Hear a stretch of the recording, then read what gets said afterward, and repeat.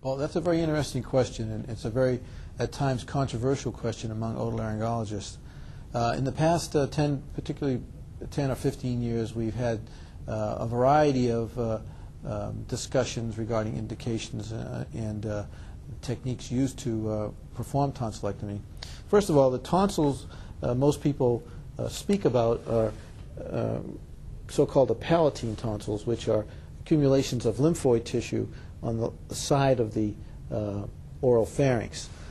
Indications to remove this accumulation of lymphoid tissue would include recurrent strep infections to prevent the incidence or reduce the incidence of rheumatic heart disease and or nephritis.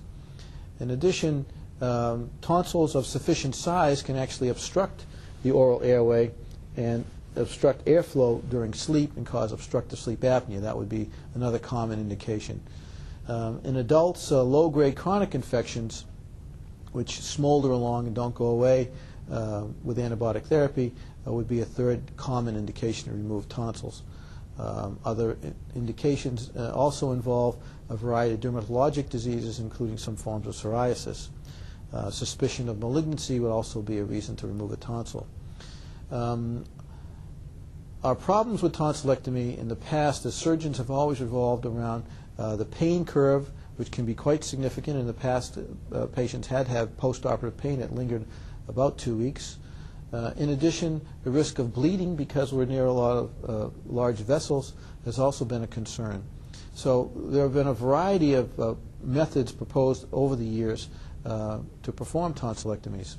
Currently, at this stage, we do know that thermal injury to the muscle of the pharynx deep to the tonsil is a common source of pain for this procedure.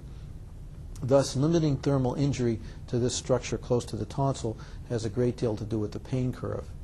Along these lines, a variety of modalities are now available to try to pursue this. Currently, we're using a technique called the harmonic scalpel, which is a vibratory instrument which uses vibratory energy as opposed to thermal energy to separate the tonsil from the pharynx.